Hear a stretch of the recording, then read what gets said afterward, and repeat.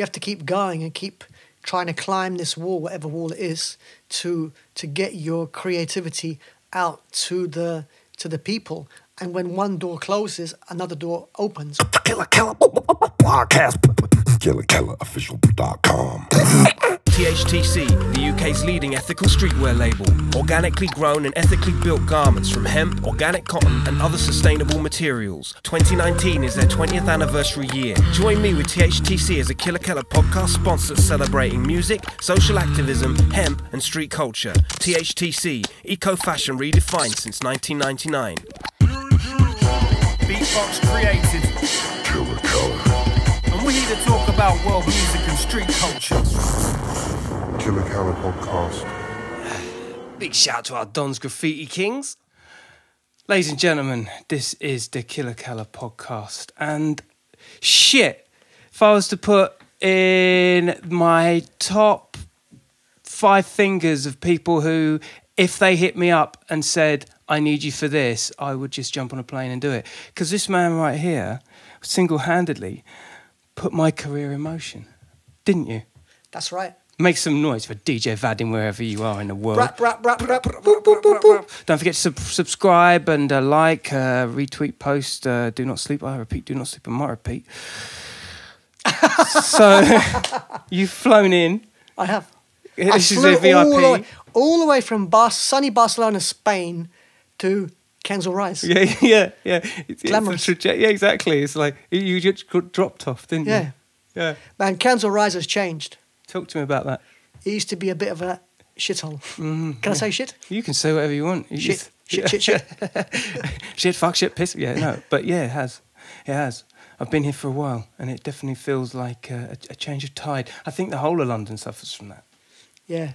What's your take on that? I mean, you're from the home counties, aren't you? The home county. I'm still London. It's still a London telephone number, Yeah, even though the postcode ain't. You're from the flipping home counties. Yeah, I am. I went to your mum's yard. Remember that? No, I don't. Yeah, I did. I dropped you off. You're from near Gatwick Airport, and I went round there, and your mum was like telling you off because your room was untidy. I met you when you were like 16. True. And when I met you at Surbiton Station, you had the baggiest trousers and there's a big wind going on, and I thought you were going to blow away. They were like parachuting trousers. Vadim is the premier producer, DJ. Well, I mean, bro, like, yeah, we're talking about those times, but there was like, you've gone through like different genres. Like, you were pioneer of the trip hop scene, and Ninja Tune came around, and the hip hop, the whole backpack era, into the more reggae based stuff that you're all about now. Like, you've gone. I mean. My juncture with you was that it was the backpacker era. It was the hip hop don't stop resurgence. It's not that I don't like that, and I never saw it as like backpack hip hop, even though I did become a bit like that, like Mr. Bongos and those kind of things. Yeah. But for me, when I grew up at school, it was just hip hop. Yeah. I mean, first falling in love with like US hip hop and watching films like Style Wars and Wild Style and Graffiti, and listening to people like Run DMC, Curtis Blow, Stetsasonic, BDP, Public Enemy, those kind of things. And then like at the same time, there was UK artists doing it, like people like London Posse. Do you know what I mean? So that was my entry to it. I wasn't like, oh, it's got to be backpack. But then like in the mid-90s, there was definitely a split between what the mainstream were doing when people like Puff Daddy, and then there was like a kickback against that with like people like Mos Def, Talib Kweli, and the scene in the UK with people like Task Force, Phil Life Cypher, where you were. When I met you, you were an MC. Yeah, that's right. And you sent me a tape, and at the end of the tape, there was you beatboxing, and I'm like, who did that? Yeah, I recite this all the time. People are like, how did it all begin? And I was like, bro, I sent you, was it illustrations for Jazz Fudge, wasn't it? That's right. And I just chucked a tape in for, I don't know, for shits and giggles, because I knew you was a record label. Yeah. But I didn't know it was you. Right. You know what I mean? But I'm that kind of person. I love finding, like people always say to me, oh, what artist do you want to work with the most? And of course, like it'd be fantastic to work with Erykah Badu or with this person or that person. There's amazing artists in the world. But the problem with all of those people is, are they going to give me their time of day? I'm nobody to them. I feel that, yeah. Right? So they're going to come to the studio and they're going to want to charge me like $50,000 for 1 hour. I ain't got $50,000, and I don't want that kind of attitude. Yeah. But when you work with someone raw, when I met you, you were hungry to come into studio. You caught the train all the way to London. You were going to flip and sleep on my floor till the shit was done. Do you know what I mean? I pretty much had your living room Julian from the Creators flew over Mos Def and Talib Kweli, and they slept on his sofa and on the floor of his flat for 3 days. What? Yeah, in 1997, something like that. I'm hungry. Or maybe it was 95, something like that. Yeah. They'd like one record out and they wanted to do it. And that's the thing with new people. The only difference is obviously there's a huge sales resume that you're missing between an artist that hasn't released anything and Erykah Badu or whoever. Yeah. Do you know what I mean? Yeah. Dr. Dre. But the talent is still there. Yeah. And here's the thing as well, which I can only reflect on conversation with you when you talk about my beginnings in that. I barely remember them. I can't remember that too much. I do remember like your sofa very well. And I remember like 98, 97. Yeah, it's crazy. I remember I pretty much lived round at your house as a second home for about 2.5 years. Yeah, because we were coming up with doing the shows. Yeah. And then like we got together with Task Force, with Skinny Man. There's like an energy to it, and I think there's something to be like you were saying. There isn't that connective thing where you can lily pad leap on another act's or artist's resume, but there ain't nothing more fulfilling than, because I've done it for other artists as well. There's nothing more fulfilling than later down the line having a conversation like this, like you and me, and I'm like, dude, you put me on. If it weren't for you, nothing. I would not have anything. I wouldn't have even begun. Do you get what I'm saying? Exactly. And that's something. And it comes back full circle because you bought me a coffee. Yeah. That's what it's worth. That friendship. Yeah, exactly. Friendship for life, mate. £3.40. So listen, let's reverse engineer this. Like, so where did it all begin for you? I pretty much know that the trajectory, but like, how did it all begin for you? Because you was going to be a tennis player, weren't you? I wanted to be a tennis player, but the brutal truth was I wasn't good enough. Yeah. Do you know what I mean? And at the same time as playing tennis, I got into hip-hop. And one of the guys I used to play tennis with, we were 13. And his sister was 15 or something, 2-3 years older, 16, dating a local DJ who played hip-hop. And they were talking like late 80s here. So as a little 13-year-old, I would go with my best friend and his sister to like carry the boxes to be a record box boy for this guy. And I loved it. Guy? Oh, I can't remember. He's just a regular bod. Yeah, but he was a DJ at the time. I can't remember his name. Yeah. And I just loved it. And then I used to go around. He used to leave the decks around my best friend's house, go around there, practice. And then I was like 17, in like 91, bought some turntables and just started practicing. And then the very first party I did was on my 18th birthday, in like, I don't know, 92 or something. Yeah. And there was a fight, and it was at Bacchus Wine Bar in Kingston. Damn. And they used to have a porcelain chef, fully human-sized porcelain chef, big fat white chef. Oh, well, like kind of like a come on in kind of greetings thing, yeah. Yeah, and you put the menu in his arms, stuff like that. And the fight ended with someone throwing the porcelain chef down the stairs. What? And that was my entry into the DJ world. And you're like, I'll have some of this. I mean, and that was, crazy. But the thing is, nowadays, people like A-Track won the DMC when he was, 15? Yeah, insane, isn't it? And I was watching this thing on Instagram the other day that Premier and Jazzy Jeff are posting these two twins from America dancing, and they're like... They're two girls? Yeah, two 12-year-olds, and they're like DJing, and... Yeah. I'm like, now the accessibility to technology and know-how. Yeah. Because when I started, there was no YouTube. No. There was no internet. No. You know what I mean? No one even had a mobile phone. Yeah. You know what I mean? So they didn't even have cars back then. So you had to know someone who, they had cars. I just... do you know what I mean? Yeah, I do know what you mean. And there's that DJ Olivia. You checked her out? Who's she? She's another DJ. But she's like, they've done the crazy... You know what? Everything... It's within the box of the mixer now, right? Yeah. It's like Pioneer's really taking it. And, they're pushing buttons. This chick, she must be about 16, 17. She's smashing it. And the camera angles and the whole thing, it's very B-girl-esque. And I'll show you the link. But like, it's an all-encompassing package now. It's almost like try and mirror it to like maybe when people first saw Hendrix do the guitar thing. Like nowadays, it's just a given. Oh yeah, people play the guitar. Like it's very much packaged in that way now, isn't it? It's like because technology allows you to be anything you want to be within the proximity of the lens. I mean, the thing I would say about that is there's things that are always going to happen which are a gimmick. And sometimes when you're in that moment, you're not quite sure if that's going to be a gimmick or that's going to take off. Yeah. And obviously nowadays, so many things have been done. So what happened 3 years ago or 5 years ago can't be repeated with the same success. No, that's right. You know? Yeah. So when you see like 12-year-olds head spinning on top of something and pressing buttons, that's cool and it's funny and it's interesting to watch. But will that person make a career of that? Because when that person is no longer 12 years old and 24 years old, does anyone want to see a 24-year-old head spinning? It is a gimmick, isn't it? No, but some of it. I'm not saying that is, but no, I think it's a fine line between art. That's right. The show. the virality of it, Yeah. the gif of it. That's the gimmick. Yeah. Yeah. Because there is an argument. I mean, I was watching this Kate Bush documentary last night. I mean, I just bumped into it, and I started. Then there was a conversation that was like, when she first came out, it was very cabaret-esque, gimmicky. Like, when does something not become a gimmick? When you have talent, and pardon me, when you have talent and skill to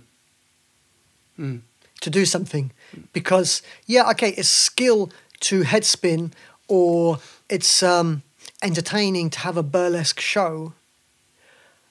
What are you? If you're asking, how do you create longevity from that? Tell me that. Yeah. Is to keep a show going. It's like what's that big burlesque show that goes around the world? What's that? Oh, I know the one you mean. The American thing. Fuck, I can't remember, but I know what you're talking that about. huge theatrical. It's called. It's going to lose us. Yes, it's in Las Vegas. It's in London. Answer in the comments, guys. Yeah. But the reason why that is good because they've got basically the best acrobatic dancers of the world, and they've put on a huge production that's unrivaled, and it goes all around the world. And at the same time, it's playing in London, it's in Las Vegas, in New York, it's in Moscow, in Tokyo, wherever. Yeah. Do you know what I mean? Yeah. But they just smashed it on sheer volume and money and production and promotion, and put together a show. If we're talking about someone on Instagram, you know, it's top heavy, isn't it? How do you differentiate between those things? I don't know, because you know what? You can spend a lot of time on Instagram, and you see some amazing singers, and what's stopping those people? Yeah. I don't know. I know one thing. I don't know if you know Gaddy. No. My Italian friend. Yes, the one that's on your Instagram. Yeah. Anyway, he lived with Adele in South London. Yeah. Right, and it was him, Adele, and Adele's mum. No before way. Before she was Adele. Before her first album was 16, right? Yeah. Right, and he told me when she was there, and she was like just this normal person, nothing like you would not say, oh my God, look her. Yeah. And she would just be this girl who'd sing in the shower. Yeah. He never even thought anything about it. Fast forward a year and a half, he moved out of there. They had like some little flat. Yeah. Right? Wow. And then he sees the posters and it's like, oh my God, that's that girl I used to live with. That's crazy. And that's crazy. Do you know what I mean? So sometimes things like that can happen. It's not. But is that manufactured? Does it have to be like a bigger machining process? Yeah, but I wouldn't say she was that manufactured. No, I don't. No, I'm trying to work out the zeitgeist in that. Like, she had to be on a record label to facilitate it. Yeah, because that's the kind of music she was making. She's one of the biggest artists of the 20th century. Just the 21st century. I don't know. Mathematics go a bit whack. Yeah, of the last 20 years, she's one of the biggest selling artists. Yeah. Do you know what I mean? But again, what? Right, because like we come from an era, and we still do, and there is still that era. We're in the middle of it now of the DIY. Grab everything you can and make it happen kind of ethos. Yeah. Like, more often than not, it's congested. And how often, we can only count on one hand the amount of times that people have used the social media as a platform and then capitalised on it later down the line. Like, how frequent do we see, like, Adele's in this arena? I think every year, I always felt like, but even before social media became a thing, every year you get one or two things that break through. That will be an organic breakthrough. Yeah. You have major labels trying to push new artists all the time. Yeah. Brand new artists they found somewhere. But as in some of those artists, I can't say like everything that major labels releases is rubbish. No, sometimes they do have good things. I think they use some of the things that we do in the underground. But every so often, in terms of the underground, like artists, you'd get maybe one or two things popping up a year that will somehow gain traction. And sometimes it's really hard to say, why did that do well and not that? Yeah. You know? It could be just because they're from this place and not from this place. Yeah. Do you know what I mean? Timing as well. Who's Timing, in the circle, look, the video, the brand. And it's There's a lot of things to consider, isn't there, as an independent artist? I think you've always been an advocate of like control and being. I remember times when, because you had in Surbiton you had the house and then you had the upstairs studio room, and countless times I remember coming out of your spare bedroom and seeing you.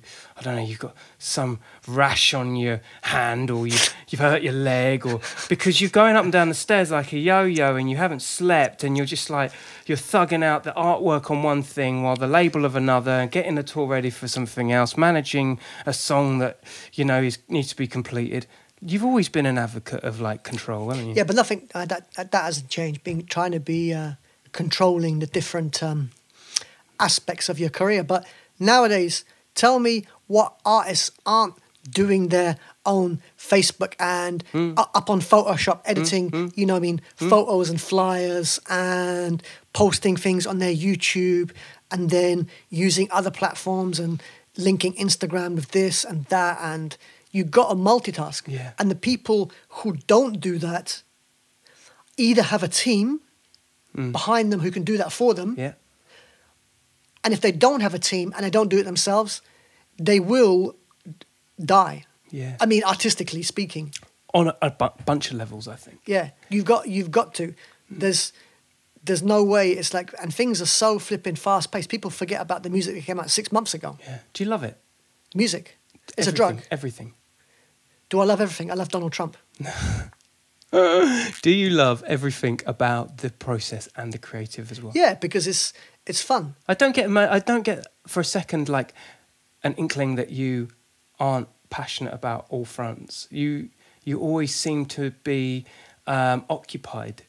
You always seem to love it. Yeah. You have to be occupied. You have to keep going and keep trying to climb this wall, whatever wall it is, to get your creativity out to the people. And when one door closes, another door opens, or you get your foot into another door, and you keep trying to do things, and it's fun. And the thing that keeps me awake at night is that one day all of this will collapse. I never want to be. The reason I even started this was one time, a long, long time ago, before I even started the music, someone told me, don't be that guy who gets to like 60 and you never went for your dreams. Because if you go for your dreams and you tried, and even if you fail, and lots of people do fail, at least you tried. And that's more than most people, because you know you tried. Yeah. I gave it a go. Yeah. Do you know what I mean? 100%. It's like being a boy and you see a beautiful girl at the bar and like you're too shy to talk to her. Yeah. And all the boys are the same way. Yeah. Everyone's like too shy. Oh, I can't. She's out of my league. I can't. And the one boy who stores up enough courage to go over there and go, hello. Yeah, yeah. And she's going to be like so gobsmacked that he'll get her. But that's all it was, is that little courage. And you'll never know. And that's the thing with the music. It's like, if you don't go for it, and that's what I would say to anyone, like a recommendation for anything creative is like, just go for it. And if it doesn't work out, it's not because you're not good enough. It's not because of anything like that. It's just because there's so many factors involved in being a do-it-yourself, self-employed artist, whether you're painting pictures, writing books, a cake maker, a beatboxer, a producer, a rapper. There's so many factors that a lot of them are out of your hands. Out of your hands. But you've It's got luck. to show up. Here's something, and this is something that definitely resonates, even hearing you say it, because I remember very distinctively back in 1999, 2000, 2001, us sitting at the cafe round the corner.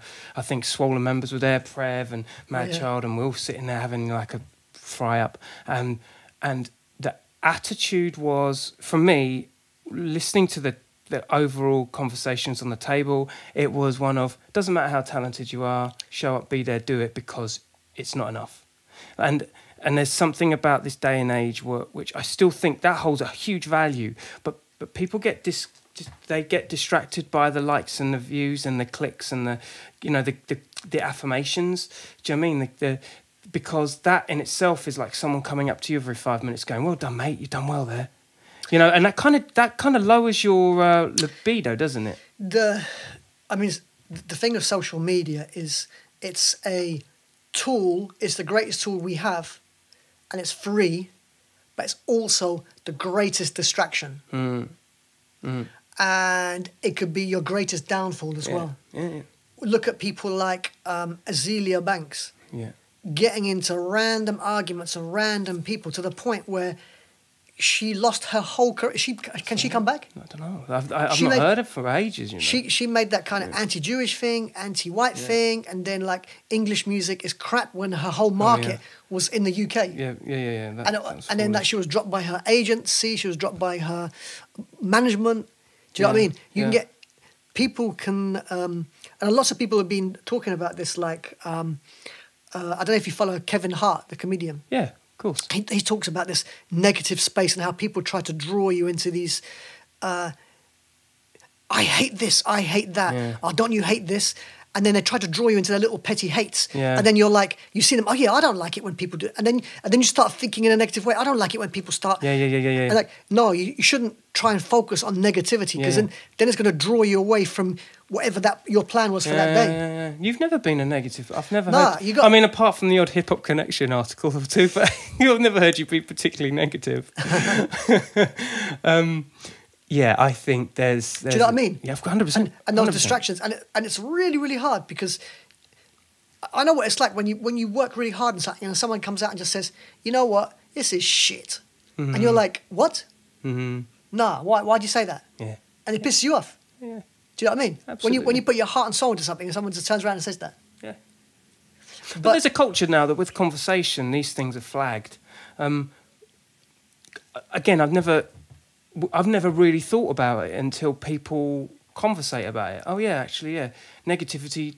You are dragged into it. It's a lot more easier to enjoy and revel in negativity. Isn't In it? those negativities, right? This is what Kevin Hart said. When you go up on your email or you're up on YouTube watching a video, suddenly all these little click me boxes open up around you, and you get these messages. Oh, look at this, look at that, based on your search history, based on your whatever. Yeah. You know what I mean? So all of those little porn sites will come up on Algorithms. yours. Oh yeah, like the porn sites, like shit. But all those little things will come up to try and take you away from your page to go and click on it. Yeah. They're like tempting you. Algorithms, isn't it? You know. And that is what, and in real life, that's quite similar. Like people will try and draw you away because negativity is such a powerful tool. Powerful, yeah. And like they draw you with this like, oh, it's really shit weather, innit? Yeah. Really shit. Or look at that, this is just like the state of music is really shit. Or, you know, and then the problem with that is like then you start thinking in this negative way. Yeah. And it'll just alter you. That's right. You know what I mean? Yeah.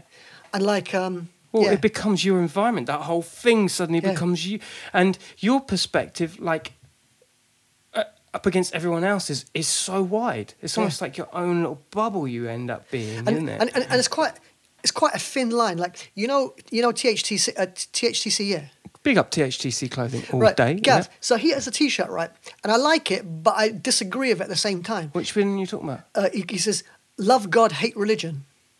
And actually, I wear that T-shirt, and I like it. But I would not have phrased it like that because I think that's too negative.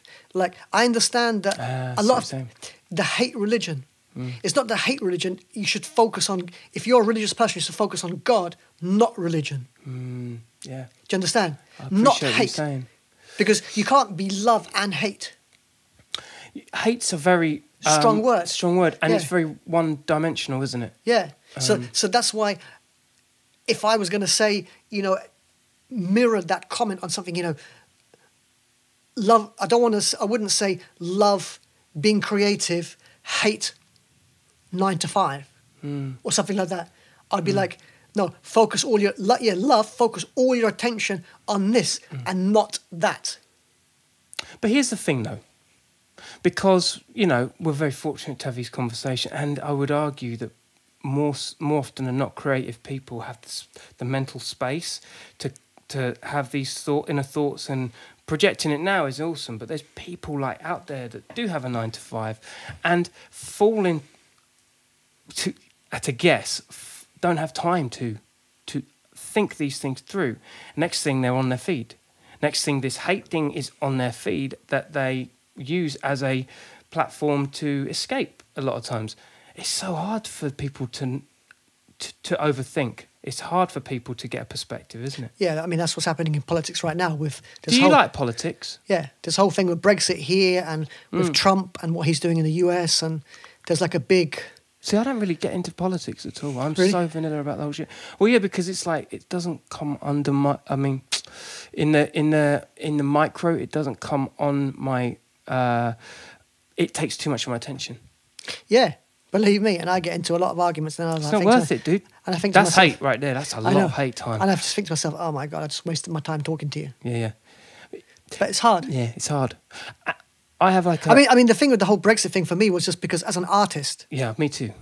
Me too. You know. I just hate the idea of borders.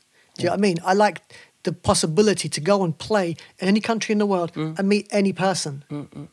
And I don't like the idea of being controlled and someone telling me, no, you can't go there. I get it. And I think that's an artist's concern all the way. And also an independent business or, you know, manufacturer. It's like there's a lot of things to consider now. With that international repertoire that you have, I mean, I can only call back to the people we met and the places we went to, going across them borders. And we were really... I remember Russian Percussion. There'd be a lot of people that would be checking this out, knowing our relationship in that. I was the drum kit. You were the decks. You were the bass lines. You were the modified crab scratch that was some sort of broken switch on your Vestax, if I remember rightly. And then there was Mr. Thing, and then there was Blue 113, and there was the four of us going as what would be like described as a kind of a little bit more ahead of its time, like live band. I think we could have boasted, 17... No. How many... 187 dates in, 12 months or something. We did a lot of shows. Did a lot of shows. You know what's really 16 different countries or something in a year. Who's that really famous guy that does blues? One of the most famous blues singers. Name me some blues singers. That Jordan, what's his name? Guy with the rat round his neck. No, blues. That's blues. jazz, isn't it? American blues. New. No, old. Blues. I've forgotten now. My memory is really... John Lee Hooker or something. Maybe it was John Lee Hooker. There was one guy who's still alive, who's still doing it, and they said he's doing around 290 shows a year. Stop. Yeah, something like that. Or maybe he hits 300. And I'm like, that is 6 days a week. Yeah, that's amazing. Right? That is literally 6 days a week, non-stop. And he's been doing that. There's an article I was reading about him. I don't know if it was John Lee Hooker, but he's literally done that for 40 years. Yeah. I love that. And I'm like, there is something in me that I love live music. I love going to see live music, and I love being on the road. But there is also another part of me that likes to have a break sometimes, because we did a lot. And you know where I got that from? I got it from... I know where you got it from. You told me. I got it from going to America, partly. Yeah. And David Bowie. You said that David Bowie did 113 dates in 120 days. Yeah, and a lot of people did it like that back in the day. And it's sheer hard work to... You have your craft, and you just have to go out there. Yeah. and crush it as much as you can and take it to anywhere. Yeah. You know, we drove all around Europe, everywhere. Cabin fever wasn't the word, bro. Like I was for about 4 months. I was sitting in front of a Rhodes piano box. Like I didn't even see forward. Do you remember? That's right. I ended up buying cuddly toys at every Ellis. petrol stop and shit like that. Do you remember that show in Italy in Napoli, where we had the keyboard player John Ellis, who then went on to become part of Cinematic Orchestra, one of the writers. That's right. And the club was so small that the keyboard was inside the club, and he was sitting in the fire exit, which was the side exit from the stage, and his seat was outside the club, but his arms were inside the club. Yeah, we were we were fearless back then. I do remember it, and also I was so precious at being young and very green. I just remember being so precious of every single show. It was like, the sound wasn't right, and it must have done your Swede, because a lot of the times you'd be like, well, it's all right, there's another show tomorrow. Who cares? Like, you know what I mean? It's like the repetition was really like, we became a well-oiled machine by the time we got to London events. I know. It's insane. I mean, the whole thing with those kind of things is I wish I would have been able to capitalise, because there's some people going to watch this and go, what are they talking about? And that's because we did this tour in around between 2002 to about 2005, something like that. 3 years where we took basically live hip hop on the road. Yeah. And they'd not been done before. At that point, no. And there was people. There was the closest equivalent at that point would have been maybe the Roots. Yeah. Because the Roots had Razel and Scratch, two excellent beatboxers.